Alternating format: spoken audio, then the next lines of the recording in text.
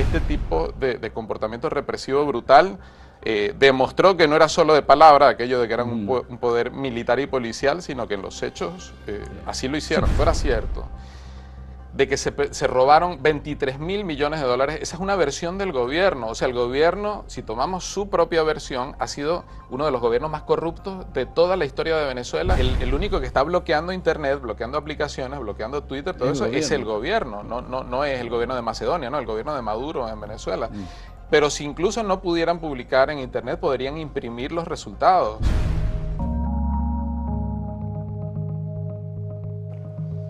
Venezuela sigue estando presente como parte del observatorio de lo que está pasando en América Latina, sigue siendo el punto más elevado por la crisis postelectoral que ha habido en Venezuela y particularmente por el escrutinio fraudulento de los resultados de las elecciones en Venezuela.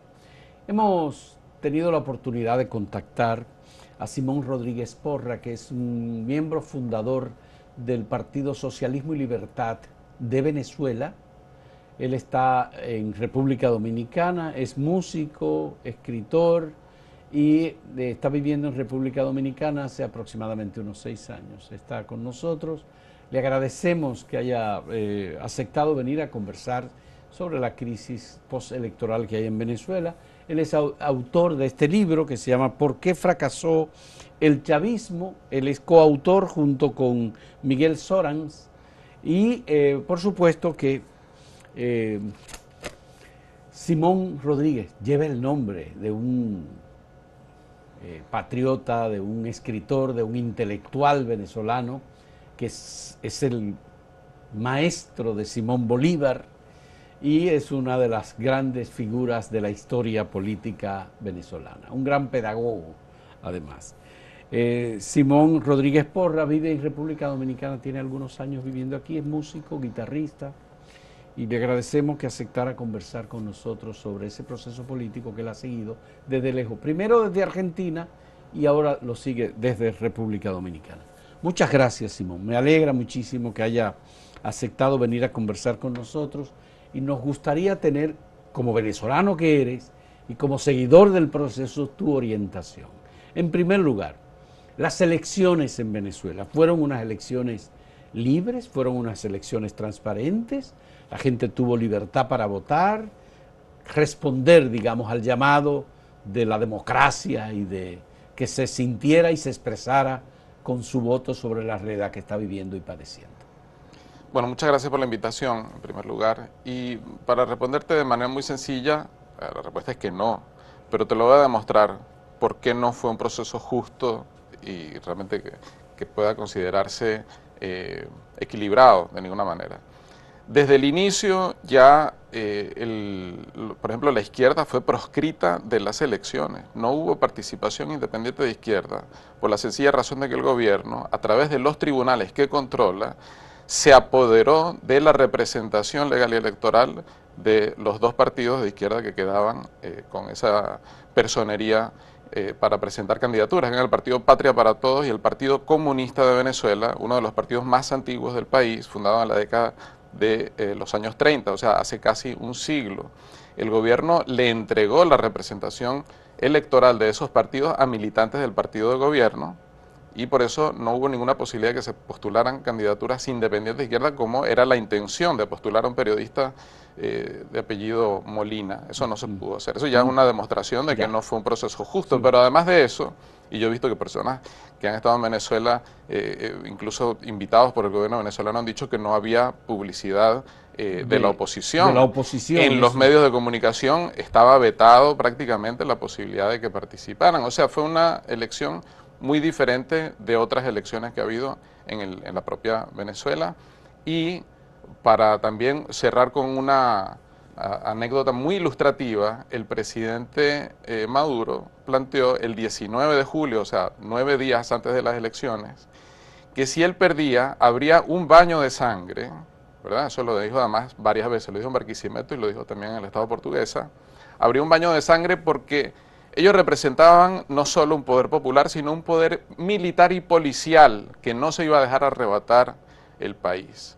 De tal forma que esa amenaza que Maduro hizo, lamentablemente la ha cumplido. En una semana posterior a las elecciones se cuentan más de 20 personas asesinadas. Se desplegó no solo a los militares y a los policías a la calle, sino también a paramilitares, escuadrones de la muerte, como lamentablemente Sí, que la los gente conocemos en nuestra historia, tanto en República Dominicana como en otros países en Centroamérica. O sea, este tipo de comportamiento represivo brutal demostró que no era solo de palabra aquello de que eran un poder militar y policial, sino que en los hechos así lo hicieron. Sí, que los ciudadanos fueron convocados para ratificar a Maduro y al Partido Socialista Unido de Venezuela en el poder. Y además de la proscripción de la izquierda, también hubo proscripciones individuales a candidatos. O sea, la oposición tradicional, yo soy parte de una oposición diferente a la oposición tradicional que representa al candidato que sacó más votos, que es Edmundo González. Nosotros, como te decía, no pudimos participar e incluso la organización de la que yo formo parte llamó al voto nulo. Partido Socialismo y Libertad. Correcto, no apoyó, ninguna de las candidaturas. El Partido Comunista apoyó otra candidatura que fue la de Márquez, ¿verdad? Pero, en fin, que quien ganó las primarias de ese sector de la oposición, fue María Corina Machado, con más del 90% de los votos, por una sanción administrativa. Yo he escuchado a gente decir que es por traición a la patria. No, esa es una sanción mucho más antigua y no tiene nada que ver con traición a la patria ni con nada de eso. Dicen que ella supuestamente llamó a una intervención militar de Estados Unidos en Venezuela. Sí, pero lo ha hecho, pero por eso no se le ha sancionado. Se le sancionó de forma administrativa años atrás, mucho antes. O sea que no tiene nada que ver con ese tema. Y no solo eso, ella, al no poder postularse, planteó que fuera otra persona, una académica sin vida política conocida, pública, que era Corina Lloris. Arbitrariamente, sin ningún argumento legal, se le impidió. Finalmente se postularon varios, entre ellos Manuel Rosales y este diplomático Edmundo González, que fue embajador de Chávez en Argentina. Y bueno, finalmente ese fue el que terminó, pero fue por un proceso de descarte donde el gobierno fue el que decidió quiénes eran los candidatos contra los que iba a competir. O sea, una cosa realmente escandalosa, ¿no? Sí, que el gobierno es el que decide quién puede ser candidato por la oposición. Correcto, como pasa en Nicaragua, como pasa en gobiernos dictatoriales. Y luego han sacado una especie supuestamente de carnet de pertenencia a la CIA de Edmundo González. Una cosa pixelada, muy mal editada. Yo no tengo nada que hacer defendiendo a Edmundo González. Si fuera cierto que lo demuestren y que lo sancionen en consecuencia, pero ha sido el gobierno de Chávez el que lo designó como embajador en Argentina. Embajador en Argentina. Ha sido el gobierno de Chávez y el de Maduro el que, si eso fuera cierto, resulta incriminado por complicidad, porque durante 20 años no hicieron nada sobre esos supuestos delitos. Y ahora, porque ganó unas elecciones, entonces descubren que es un tipo muy malo. Bueno, eso me parece que habla muy mal del chavismo y del gobierno de Maduro. ¿Y qué me dice Simón sobre el escrutinio del Tribunal Electoral para presentar los resultados de estas elecciones? Bueno, lo más interesante de las elecciones venezolanas es que a 15 días de las elecciones nadie conoce el resultado detallado, como lo exige la ley en Venezuela y como lo exige el sentido común. Si ellos dicen que ganaron las elecciones, como lo dice Elvis Amoroso, que es un exdiputado del Partido Socialista Unido de Venezuela, o sea, del gobierno, ellos podrían publicar el resultado detallado como lo exige la ley y como siempre se ha hecho. O sea, que las personas puedan verificar en la página web del Consejo Nacional Electoral cómo fue la votación nacional en detalle, no redondeado, como lo han hecho, incluso poniendo en un mismo saco a todos los candidatos que no son ni González ni Maduro. Luego hicieron un desglose en un segundo boletín, pero toda una cosa muy, muy burda. Eso, lo lógico sería que se publicara, y siempre se ha publicado. No se ha hecho. Ahora ellos no se ha hecho. No quieren publicar cómo fue el resultado por estado, no publican el resultado por municipio, ni tampoco por centro electoral o por mesa electoral, que es lo que siempre se ha hecho y lo que exige la ley. Entonces, no hay resultado. Lo que es una declaración de un funcionario sobre un supuesto resultado, pero no está el resultado detallado, que es lo que debería ocurrir. Y te voy a poner un ejemplo, incluso porque habrá toda una discusión sobre las actas. Las actas son las evidencias, las constancias que tienen todos los actores en el proceso electoral, tanto los del gobierno como los de las distintas candidaturas, de cómo es el resultado en cada lugar de votación. Ujú. En el 2013, cuando Es la Maduro... primera candidatura de Nicolás Maduro Correcto, luego de la luego muerte de la muerte de Hugo de Chávez. Chávez, resultado en el que Maduro ganó por poco más de un punto porcentual, había una polémica sobre si, al ser un resultado tan estrecho, si se pudo haber manipulado, no en un sentido electrónico, ¿verdad? Sino que en aquellos lugares donde no hubiera habido testigos de la oposición que quizá se hubieran emitido algún voto fraudulentamente. Entonces la discusión era que se auditaran los cuadernos electorales, que son donde la gente firma al momento de votar. Pero en ese momento el gobierno, en ese momento el jefe de campaña era Jorge Rodríguez, para disipar cualquier duda, publicó las actas de las que estaba en poder en ese momento el Partido Socialista Unido de Venezuela, cosa que ahora quieren decir que es golpismo publicar las actas, pero el gobierno lo hizo en el 2013, publicó las actas. Las publicó y se puede ver todos los videos que están en YouTube de las declaraciones que da Jorge Rodríguez, de cómo ellos en aras de la transparencia publicaban las actas. Ahora estamos en un paso incluso anterior, donde ni siquiera el resultado ha sido publicado, mucho menos las actas. Ya. Pero, en definitiva, lo que está pidiendo la gente es que se publique el resultado y lo que ha ocurrido, digamos, el 28 nos recuerda episodios muy lamentables de la historia latinoamericana. La historia latinoamericana está llena de fraudes electorales. En 1988, por ejemplo, pasó algo muy parecido donde se estaban computando los votos y el PRI, que era un partido muy autoritario, ¿verdad? Que se prolongó 7 décadas en el poder de manera fraudulenta, suspende la transmisión de la noticia, se cayó el sistema. Y cuando vuelve el sistema, el candidato oficial que iba perdiendo, que era Salinas Gortari, apareció ganando. Arriba. Bueno, eso es lo que ellos han hecho.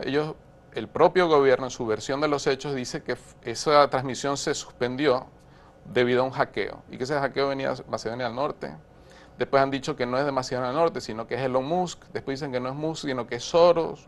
George Soros. Dicen que el sionismo internacional que controla los satélites tiene algo que ver con esto. O sea, teorías conspirativas, cada una más descabellada que la anterior, pero para no pruebas. Publicar un resultado que se supone que ellos pudieron superar el hackeo porque lograron una transmisión que le da el resultado que ellos están publicando. O sea, que esa no es la verdadera razón por la que no publican el resultado. No lo publican porque perdieron y no pueden demostrar que ganaron. Esa es la única razón para eso. Aquí, por mucho menos de eso, recordemos que hubo una movilización masiva de la Plaza de la Bandera por problemas que se presentaron en el proceso electoral que generaron una gran desconfianza en la gente de manera totalmente justificada y miles salieron a protestar. Allí hubo un momento en que lanzaron una bomba lacrimógena y eso generó una indignación aún mayor. Bueno, comparemos eso con Venezuela, donde no solo ha ocurrido esto, sino algo incluso bastante peor, que es la vulneración de un proceso electoral presidencial mucho más importante, donde de por sí había gran desconfianza por todas estas maniobras previas, por las amenazas de que iba a haber una guerra civil si el gobierno perdía, y la respuesta del gobierno es reprimir matando a 20 personas, no lanzando una bomba lacrimógena, sino aplicando una represión brutal, censurando las redes sociales, planteando el bloqueo de la red Twitter, planteando, también ha bloqueado esta aplicación de telecomunicación, de mensajería que se llama Signal. O sea, hay una cosa que sobrepasa ampliamente lo que allí ocurrió y me parece que por lo tanto es fácil entender que el pueblo venezolano tenga razones para protestar. Por eso toda la izquierda, y con eso termino este comentario, toda la izquierda, desde el Partido Comunista, de tradición estalinista, un partido prosoviético muy antiguo, hasta los trotskistas, el Partido Socialismo y Libertad, pasando por los chavistas críticos, que son chavistas que consideran que Maduro traicionó a Chávez, pero que consideran que Chávez fue positivo, hicieron una campaña que se llamó La Otra Campaña.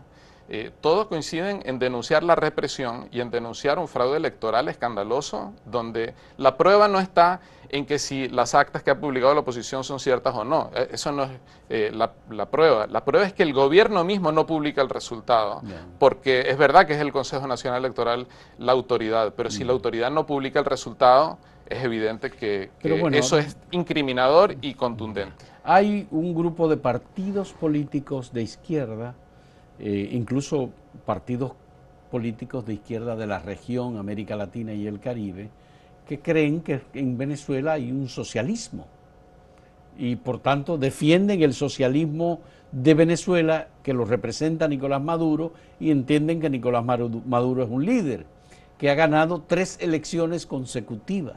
La elección del 2018 ¿Se puede decir que es una elección legítima? Para hacer una periodización, a mí me parece muy importante tomar como referencia el año 2015. Un gobierno no es democrático solo porque gane las elecciones, sino porque exista, al menos teóricamente, la posibilidad de que pierda.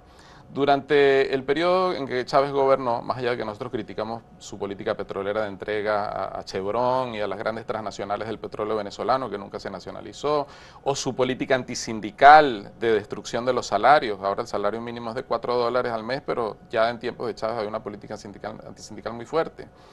Más allá de todo esto, es cierto que Chávez tuvo un apoyo mayoritario y que ganó elecciones, pero también las perdió. Perdió un referéndum constitucional en el 2007 y después de la muerte de Chávez en el 2015 el gobierno perdió las elecciones por amplio margen, perdiendo 2/3 de la mayoría del Parlamento, que es la Asamblea Nacional. La Asamblea Nacional. Ahora no las puede perder. Y hubo una Asamblea Constituyente también para proclamar la nueva Constitución. Pero no se redactó ninguna constitución en el 2017, si me imagino que te refieres a esa, y esa fue realmente, por eso, al ser posterior a 2015, en el 2015 lo que pasó fue que el gobierno de facto anuló el Parlamento, anuló el Parlamento, la Asamblea Nacional, le quitó todas sus competencias y se preparó para nunca más perder una elección. Correcto. Luego de la elección del Sí. Parlamento. O sea, no hizo un fraude en la elección misma, sino que anuló el posteriormente, una especie de autogolpe, como el Fujimorazo, anuló ciertamente. el Parlamento. De tal forma que allí es donde está el parteaguas, es el año 2015, después del año 2015, y por eso, bueno, en el 2018 hubo un boicot de una parte de los sectores opositores a esas elecciones. Eso también se expresó, por ejemplo, en el año 2020 que hubo elecciones regionales, hubo sectores que participaron, otros que no participaron, pero en definitiva estamos en una situación donde un gobierno que por muchos años, y es entendible que así sea, ha tenido un apoyo popular entre el 10 y el 20%, según todas las encuestas. Solo 10-20%. Claro, lógicamente. Entre el 10 y el 20%. Claro, pero eso significa que entre el 90 y el 80% se opone.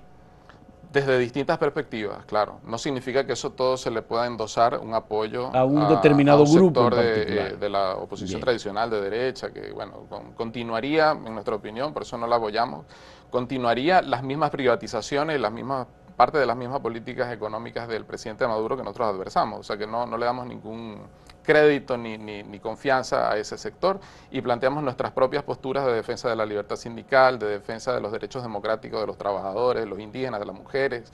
Es un gobierno, para que la gente entienda, así como en República Dominicana hay mucha oposición a la megaminería, Venezuela es un país que va a fondo con la megaminería y también con una minería basada en las mafias criminales en el sur del país, en la frontera con Brasil. Es una explotación basada en mano de obra semiesclava y esclava, o sea, una cosa dantesca y terrible. Las mujeres no tienen derecho al aborto tampoco, no hay 3 causales tampoco. O sea, si alguien trata de crear un sindicato independiente, lo cancelan de su trabajo. O sea, cosas muy conocidas también aquí que habría razones para adversarlas. En el socialismo del Partido Unido Socialista. Entonces, bueno, con eso te respondo, no hay socialismo en Venezuela. Nosotros como marxistas nos preguntamos cosas como la siguiente: ¿cuál es la clase social dominante en el país? ¿Al servicio de quién se gobierna? ¿Ese Estado es un Estado de qué tipo? ¿Qué clase social es la clase dominante? Bueno, quienes dominan en Venezuela son los militares, aliados con un sector burgués que se llama la boliburguesía, que son básicamente los nuevos ricos que han acaparado enormes riquezas con el usufructo de la renta petrolera durante ya 25 años. Y ese es el sector dominante, no gobierna la clase trabajadora, no gobiernan el campesinado, los indígenas, al contrario, como te decía, el salario mínimo es de $4 mensuales. El gobierno y la boliburguesía logró lo que ningún gobierno burgués había logrado en Venezuela jamás, que es propinarle una derrota histórica a la clase trabajadora. Hasta en la dictadura de Gómez hubo una huelga petrolera, hubo huelgas de los correos, hubo un movimiento sindical que resistió desde la clandestinidad y de distintas formas contra esa terrible dictadura, contra Pérez Jiménez, hubo toda clase de resistencia y también en los 40 años del bipartidismo. Yeah.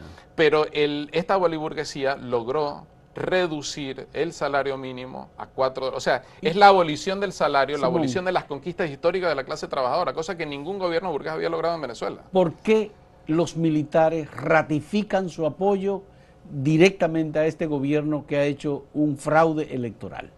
Bueno, por razones económicas, para que la gente sepa, porque pueden pensar, bueno, ¿será que son militares socialistas, unos militares muy extraños que no se parecen a los demás militares de América Latina? Bueno, son el ministro de la Defensa de Venezuela, es un tipo formado en la Escuela de las Américas. La gente que es de izquierda sabe lo que significa eso. La tenebrosa Escuela de las Américas, donde se han formado los torturadores y más grandes asesinos que ha tenido la región. Ese es el ministro de la Defensa. De defensa. Y las razones por las que estos militares que siempre persiguieron a la izquierda, que cometieron la masacre brutal del Caracazo en 1989, cuando la gente se rebeló contra el Fondo Monetario Internacional y contra el ajuste de Carlos Andrés Pérez, esos mismos militares ahora dicen que son socialistas. Bueno, ¿cuál es la razón?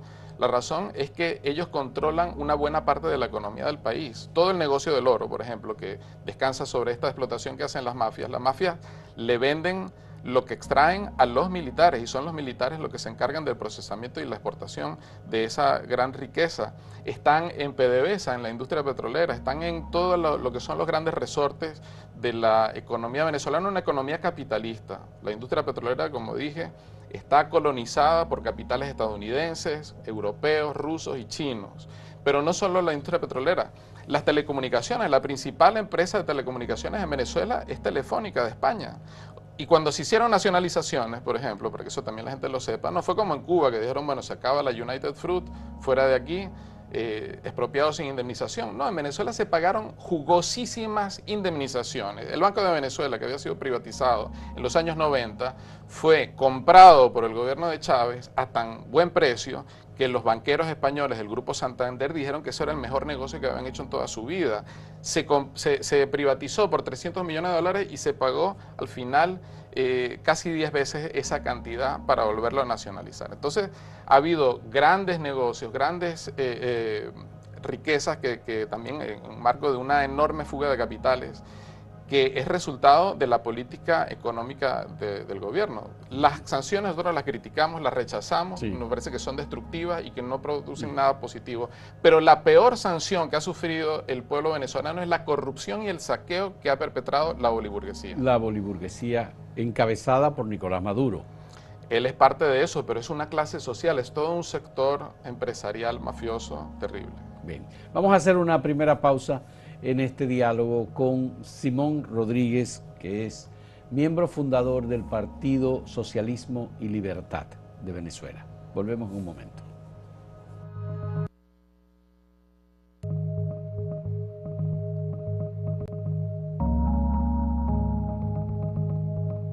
Simón, en el proceso electoral se presentaron, creo que son 6 o 7 candidatos distintos de Edmundo González y distintos de Maduro. Correcto, siete Esas más. personas, ¿a qué responden? ¿Todos fueron al Tribunal Electoral y fueron al Tribunal de Justicia cuando Nicolás Maduro les convocó? ¿A qué se debe?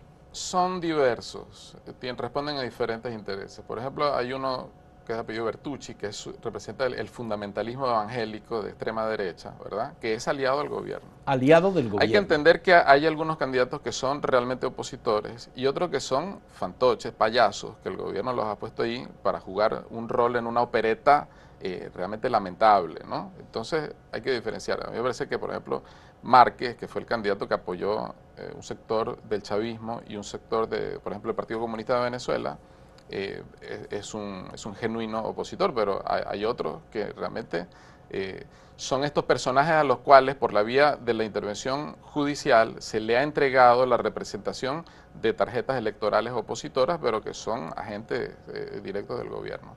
O sea que está toda esa mezcla diversa, ¿no? Ya. Me gustaría conocer tu punto de vista sobre cómo se transfiere el apoyo que obtuvo el presidente Hugo Chávez a Nicolás Maduro y a la nueva dirigencia, digamos, del Partido Socialista Unido de Venezuela. Cómo Cuba incluso mantiene el apoyo a través de su inteligencia, de los maestros, de los médicos, de personal especializado a este gobierno.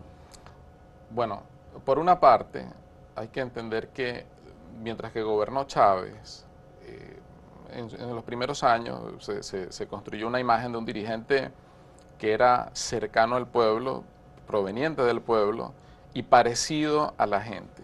Pero ese discurso fue transformándose paulatinamente en un culto a la personalidad, donde ya no era alguien del pueblo que estaba en Miraflores, sino era una persona superdotada, especial, muy diferente a los venezolanos comunes y corrientes. Se fue creando ese culto a la personalidad. Y para que ese culto a la personalidad cristalizara, como evidentemente había muchos problemas todavía en el país, había que culpar a alguien. Entonces se generó una ideología de que había infiltrados, de que los ministros eran ineptos, de que todos los que rodeaban a Chávez de alguna manera formaban parte de una derecha endógena, tipos de mala fe que medraban el poder a la sombra y tal y qué sé yo, y que Chávez era inocente de todo lo malo y terrible, de la corrupción y todo esto. Esa ideología, lógicamente, que perjudicó a Maduro y a todos los que hoy están gobernando, porque ellos vienen gobernando junto con Chávez desde el inicio. O sea que nunca podían gozar del mismo prestigio del que gozó en su momento Chávez. Pero, además de eso, está el hecho de la terrible crisis. Una crisis que comenzó en el año 2013 y que ha llevado a la contracción de 4/5 partes de la economía venezolana.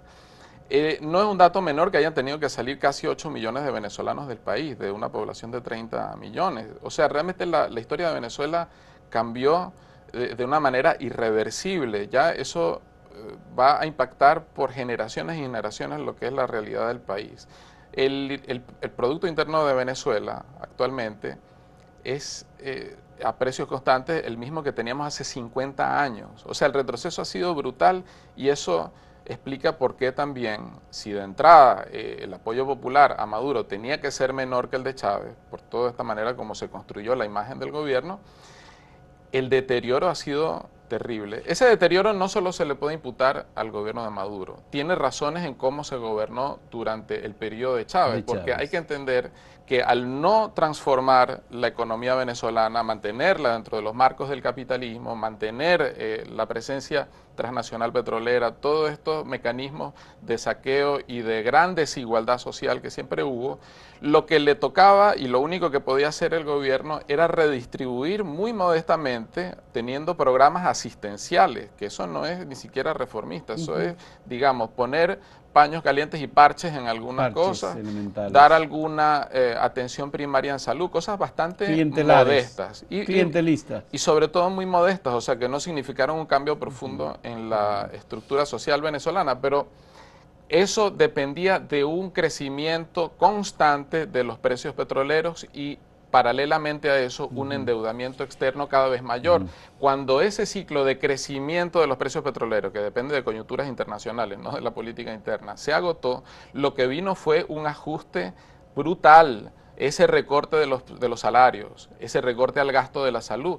Se ha llegado por la vía de los hechos a una privatización de la salud, porque sencillamente una persona que va a un hospital público no puede resolver absolutamente nada, tiene que ir al sector privado o si va al sector público tiene que llevar todo, hasta los guantes que van a utilizar los enfermeros. O sea, es el desastre y la debacle total porque no se cometieron cambios y cuando la coyuntura económica internacional cambió, sobre todo después de la crisis mundial de la hipoteca subprime y todos estos años 2007-2008, Venezuela fue impactado por eso y la respuesta del gobierno fue recortar todo para seguir pagando una elevada deuda externa que había contraído. Y quien pagó el costo fue el pueblo venezolano. ¿Es correcta la versión de Ricardo Hausmann, a quien conoces, sobre la destrucción de aproximadamente el 80% del Producto Interno Bruto de Venezuela?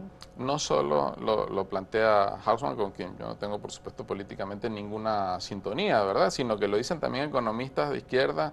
Eso es una cosa que es de consenso entre todos los economistas venezolanos. No es una versión de Hausmann, solo para aclararlo. Sí. Es real que hubo esa terrible contracción y al no poder negarlo, lo que dicen los que apoyan a Maduro es que todo se debe a las sanciones. Pero las sanciones inician, las financieras en el año 2017, básicamente poniendo trabas a la renegociación de deuda ya contraída y a la adquisición de nueva deuda, y las más importantes en el 2019, cuando Estados Unidos impone sanciones petroleras.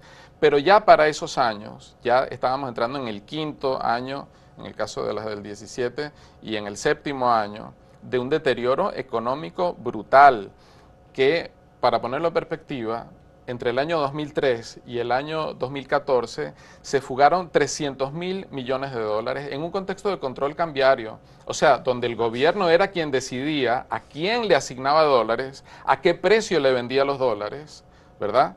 Y en ese contexto se perdieron 300.000 millones de dólares. Si lo que dice el gobierno es cierto sobre que la trama de corrupción en PDVSA, que ahora involucra a un exministro y expresidente de PDVSA, que es Tarek El Aissami, fuera cierto, de que se robaron 23.000 millones de dólares, esa es una versión del gobierno. O sea, el gobierno, si tomamos su propia versión, ha sido uno de los gobiernos más corruptos de toda la historia de Venezuela y debe estar entre los primeros 10 a nivel mundial. Bueno, o sea, una corrupción astronómica. Tuve la oportunidad de entrevistar a dos personas que estuvieron en Venezuela, Maribel Núñez y Rafael Méndez.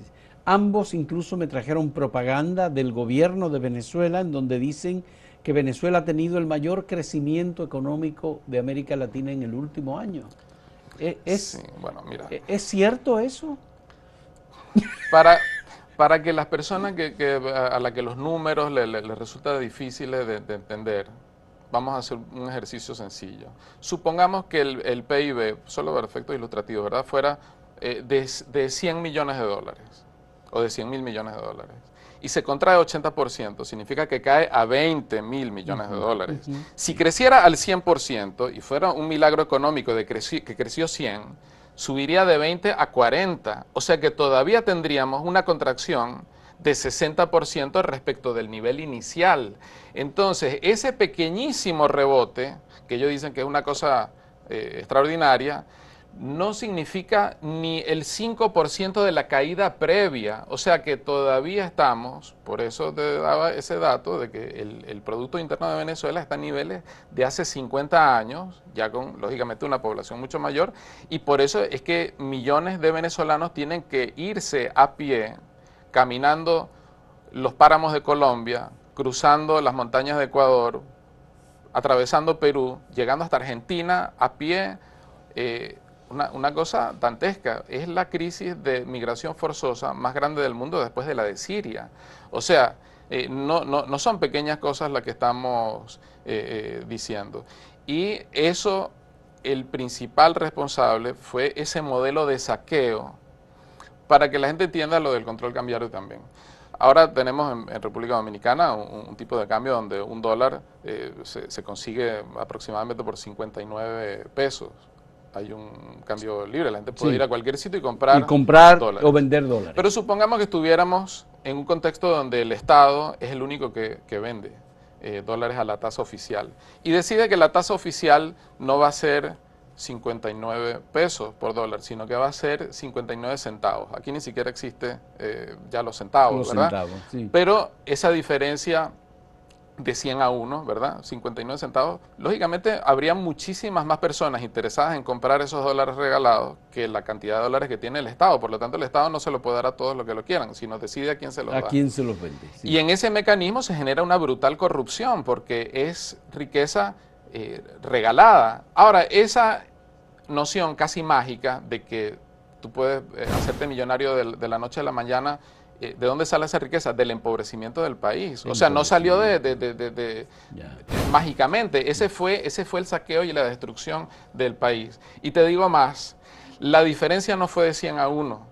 La diferencia llegó a ser de 10.000 a 1 entre la tasa oficial y la tasa del mercado paralelo. Del mercado paralelo de divisas. Y por eso de 10.000 a 1, claro, la diferencia. Una cosa impresionante. Y el gobierno no sabía que había corrupción, claro que lo sabía, si eran los principales beneficiarios. Por eso es que hay empresarios del llamado Grupo Derby que se hicieron millonarios importando equipos para la generación de electricidad en Venezuela, que compraron castillos en España. Hubo empresarios nuevos ricos que financiaron la carrera de Bad Bunny en Puerto Rico. Las inmobiliarias de Trump han comprado propiedades en República Dominicana y en Estados Unidos y en todas partes. O sea, esa riqueza tampoco fue que se desapareció, está dispersa por el mundo. Está dispersa por diferentes lugares. Y el que diseñó, ejecutó esa política fue el gobierno venezolano. Otra de las empresas que fue beneficiada, porque no solo fueron, digamos, gente de la boliburguesía que se aprovechó de esa fiesta de los dólares regalados, también General Motors, por ejemplo, recibió 6.000 millones de dólares de esos dólares preferenciales, y ahora en Venezuela no se ensambla prácticamente ni un vehículo en esas plantas que recibieron ese enorme subsidio. O sea que fue una política criminal de saqueo brutal, cuyo resultado no fue una economía estatizada y democráticamente planificada, para nada. Ha sido una economía donde mafias tienen gran poder, pero fundamentalmente una economía capitalista con grandes distorsiones, y donde los trabajadores tienen que a veces trabajar simplemente por la comida que le van a dar en el sitio de trabajo, porque su salario es de $4 al mes. Simón, como parte de la propaganda que se ha hecho, se ha dicho, y aquí me lo han repetido por lo menos 2 personas, que el gobierno de Nicolás Maduro ha construido 5 millones de casas para personas pobres. Explícame, ¿cómo es posible que se construyan 5 millones de viviendas para personas pobres? Bueno, ya un gobierno que no puede publicar los resultados electorales que dice haber obtenido, uno puede dudar de cualquier cifra que ofrezca.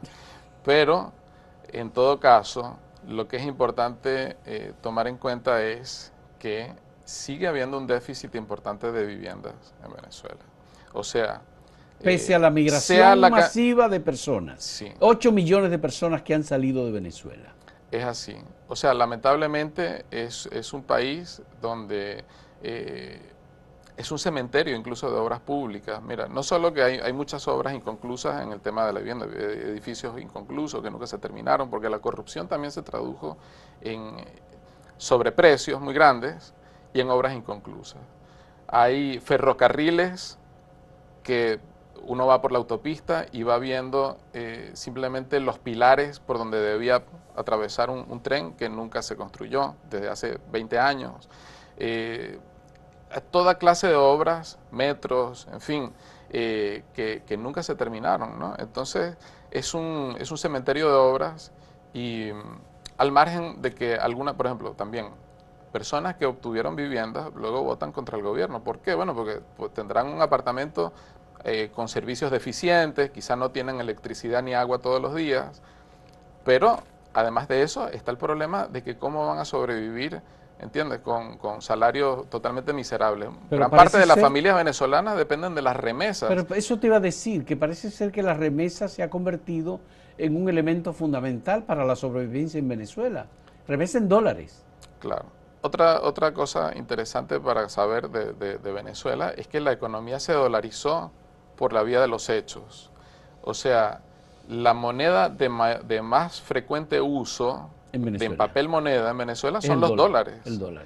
¿Verdad? Eso el gobierno no lo oficializó como se hizo en Ecuador o en otros países, que se sustituyó la moneda nacional por el dólar, pero en los hechos lo ha terminado tolerando, porque la inflación ha sido tan terrible que han tenido que hacer conversiones monetarias donde le quitan 3 ceros, le quitan 5 ceros a la moneda, como todos los montos se manejan en millones y en miles de millones de bolívares, para poder tener unas cuentas más razonables. Se le quitan ceros y se le quitan ceros, y ya un bolívar de hoy equivale a trillones de bolívares de hace 15 años, ¿no? O sea, una cosa realmente una locura demencial, ¿no? Claro. No se puede manejar. ¿Cómo se maneja la moneda venezolana, el bolívar, en operaciones de transacción, por ejemplo, en un supermercado, en un mercado? Sí, bueno, es más que todo una moneda electrónica para pagar con tarjeta o para hacer transferencias, pero para el día a día, el menudo, como se llama aquí, sí, es con dólares.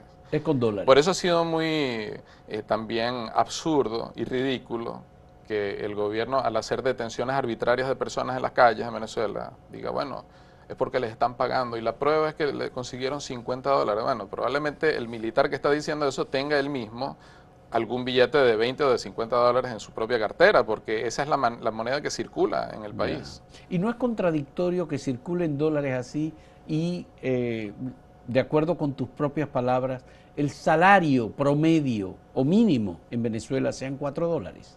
Bueno, es totalmente contradictorio, por supuesto, que un país que dice que tener un gobierno que dice ser antiimperialista, la moneda de más frecuente uso sea el dólar. Eso es contradictorio.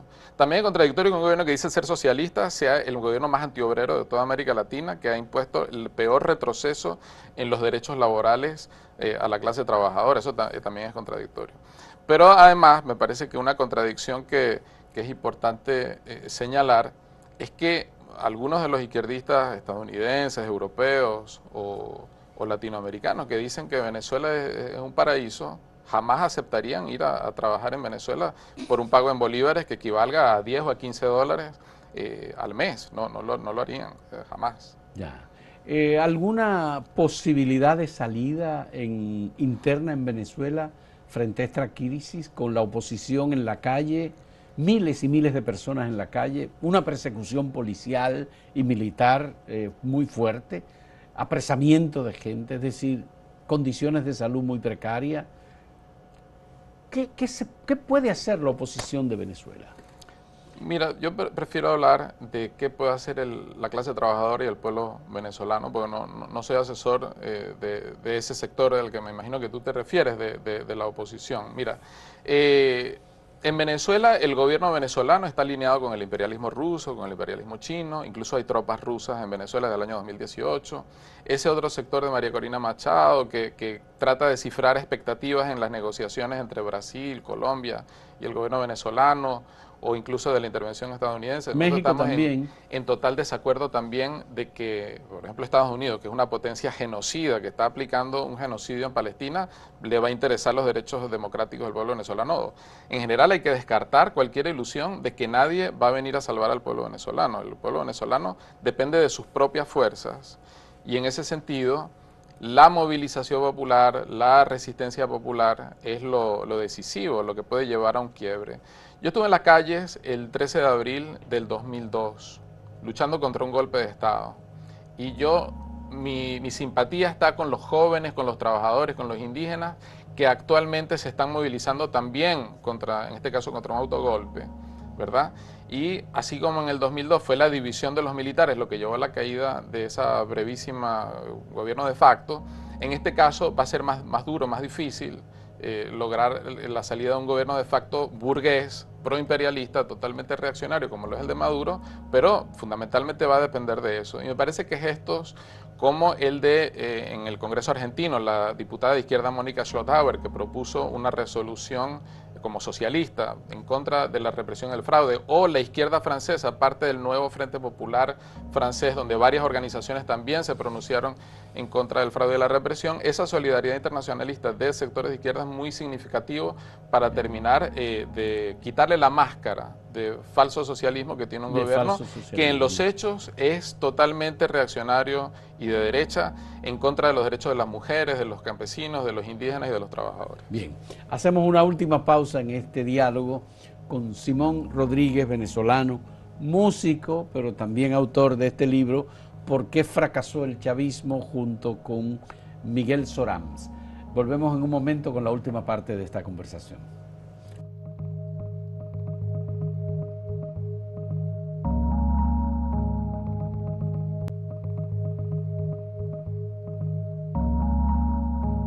Quería decir que el libro ¿Por qué fracasó el chavismo?, de Simón Rodríguez Porra y Miguel Sorams, está disponible en Cuesta Centro del Libro y también está disponible en el Movimiento Socialista de los Trabajadores de República Dominicana, que tienen disponibles ejemplares de este libro que se editó aquí en República Dominicana por Editorial Búho y que, bueno, pues se puede conseguir y así conocen más los planteamientos de Simón Rodríguez.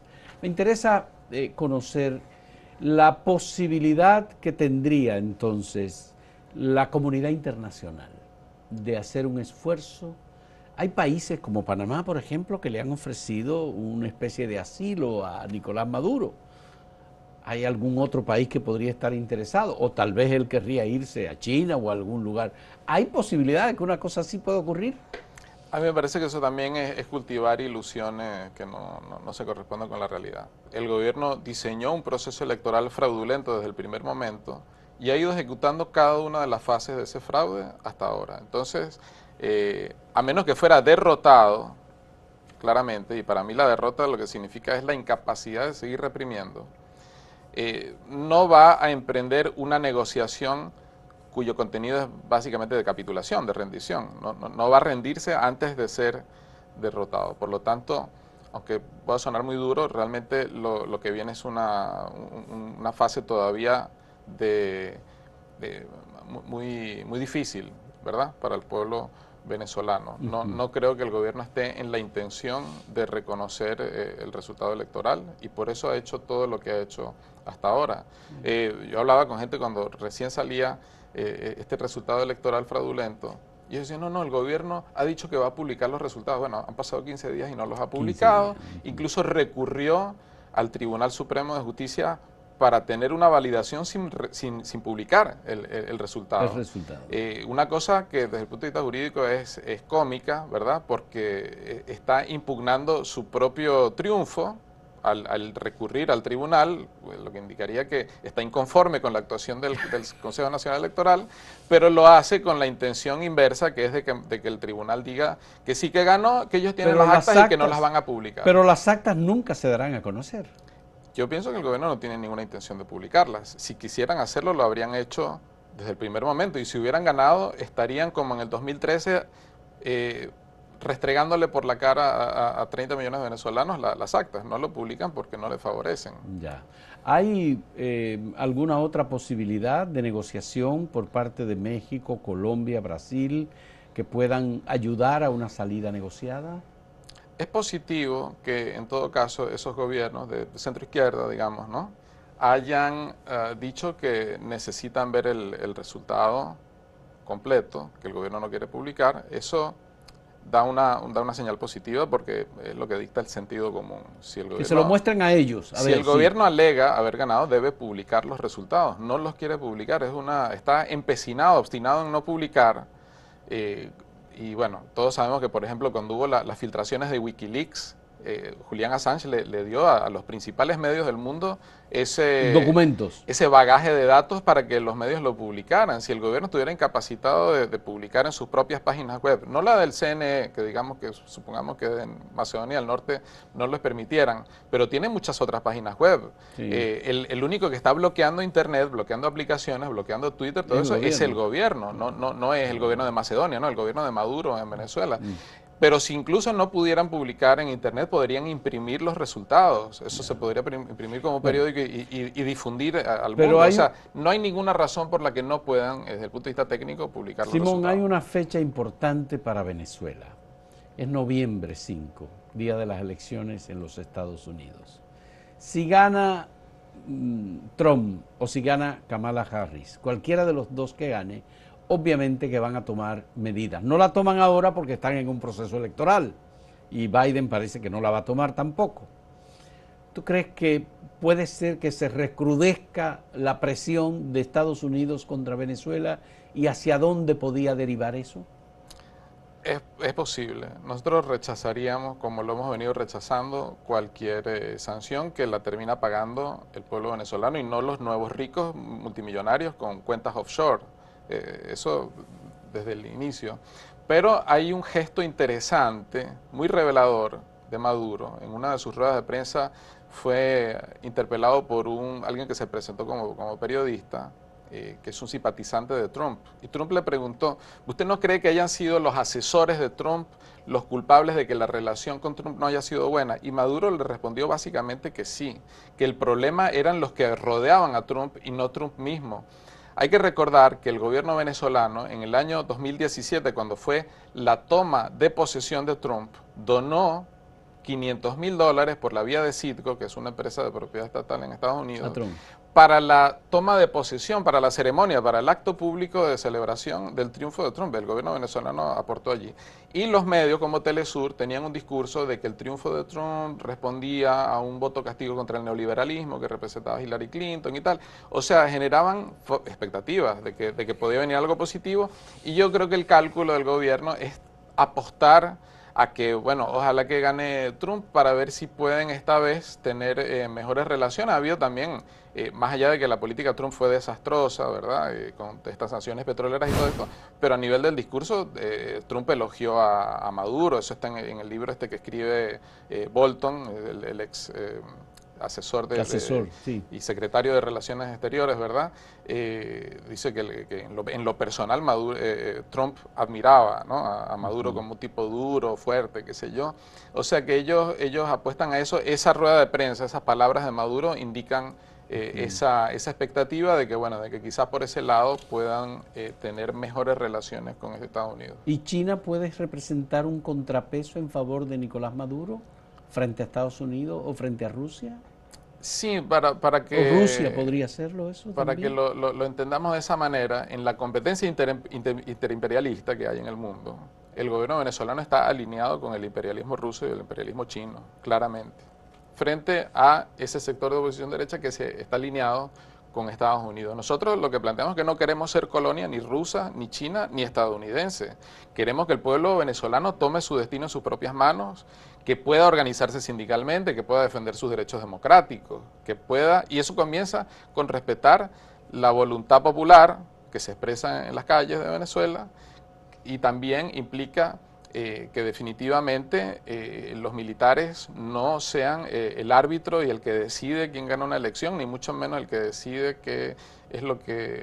cuál es el destino que tiene que tener el pueblo venezolano, sino que sean las propias masas trabajadoras, mayoritarias, populares de Venezuela las que decidan. ¿Tú crees en las actas publicadas por la oposición que ha presentado a Edmundo González como candidato presidencial, que dicen que él ganó con el 67%?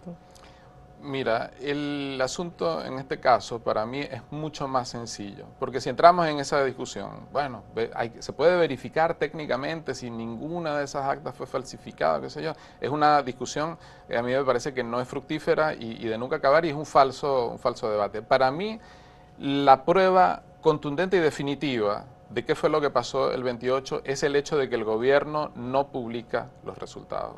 No los publica porque perdió. Para mí eso es contundente, claro, y además porque el gobierno está violando las leyes venezolanas, leyes que además se dio el propio chavismo. Recordemos que la Constitución venezolana es la Constitución de 99 y el entramado legal que el gobierno está violando es un entramado legal creado por el chavismo. O sea, que no pueden alegar que son leyes injustas del pasado. Bueno, son las leyes que ellos mismos elaboraron y que ahora están incumpliendo porque pretenden quedarse en el poder a toda costa, incluso no publicando lo más elemental, publicar el resultado. Eso es lo que la gente pide y lo que yo planteo. Deben publicar el resultado y deben respetar la voluntad popular. ¿El Partido Socialismo y Libertad aceptaría a Edmundo González como presidente de Venezuela?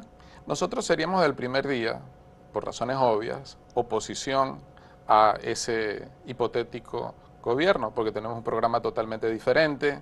No creemos, como ellos creen, que la vía para sacar a Venezuela adelante sea continuar la deriva privatizadora de Maduro.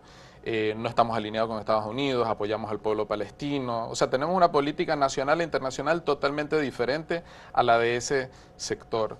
Pero lo que sí está claro es que mira, y con esto quiero que la gente entienda. En República Dominicana la izquierda tiene una historia de grandes mártires y héroes, ¿verdad?, que sufrieron la represión. Nosotros también. Los revolucionarios en Venezuela hemos sufrido la persecución. Camaradas nuestros han sido asesinados. Richard Gallardo, Luis Hernández, Carlos Requena, grandes dirigentes sindicales asesinados en la masacre de la Encrucijada en el año 2008 por agentes de la burocracia sindical chavista. Alcedo Mora, con quien milité durante muchos años, desaparecido forzosamente desde el año 2015 por el aparato de inteligencia del chavismo. Eso hay que entenderlo y hay que respetarlo y hay que valorarlo. La izquierda venezolana ha hecho grandes sacrificios defendiendo los derechos del pueblo y de los trabajadores frente a un gobierno criminal, represivo y asesino, como lo han sido otros gobiernos en otras épocas de Venezuela y en otros países, en otras épocas de América Latina. O sea que nosotros seguiremos cumpliendo nuestro rol como antiimperialistas, como socialistas, frente al gobierno que sea la continuidad de este gobierno o si viene otro, seguiremos ocupando nuestro lugar y cumpliendo nuestro rol junto a las luchas del pueblo. Sí, mi pregunta va dirigida a si ¿ustedes reconocen a alguien legítimamente como resultado del proceso electoral del 28 de julio? Bueno, ese resultado electoral, claro que la gente se expresó en un voto castigo contra el gobierno. La dimensión del voto castigo es tal que Edmundo González no hizo campaña con un programa de gobierno explícitamente, diciendo yo voy a hacer esto, voy a hacer lo otro. Sencillamente la gente votó por un deseo democrático de quitarse de encima a una boliburguesía, a unos militares que han llevado al país a la ruina, que le han negado todos sus derechos durante ya más de 10 años, ¿verdad? Sobre todo, porque no es lo mismo los 25 años, es sobre todo en el último periodo que ha habido una arremetida brutal contra los derechos de la gente, y la gente votó básicamente como ese voto castigo. Edmundo González es un tipo relativamente desconocido en la política venezolana hasta hace poco, o sea que no es por él, es en contra de Maduro y en contra de lo que Votaron representa en esa contra de dictadura. Maduro, pero el presidente electo es Edmundo, entonces. Pero eso no tiene gran significación. Nosotros digamos, bueno, el presidente electo, realmente el poder está por la fuerza de los fusiles en manos de Maduro, y el pueblo venezolano, si quiere liberarse, tiene que luchar contra eso y no simplemente conformarse con una victoria simbólica o moral. Tiene que continuar la lucha, y así pienso que será. O sea, la lucha continuará hasta que definitivamente podamos tomar nuestro destino en nuestras propias manos. Bien, muchas gracias a Simón Rodríguez Porras, que es músico, vive en República Dominicana, está casado con una dominicana también, es fundador del partido Socialismo y Libertad, es un partido troquista, es lo que me dijiste, ¿verdad? Y ha expresado su punto de vista, es el autor de este libro, ¿Por qué fracasó el chavismo?, que está aquí disponible en la librería Cuesta Centro del Libro, y está disponible en el Movimiento Socialista de los Trabajadores, una organización de izquierda a la que está vinculado Simón Rodríguez. Muchas gracias, Simón. Muchas gracias, amigos televidentes, por acompañarnos en este diálogo sobre la situación actual en Venezuela. Hasta luego.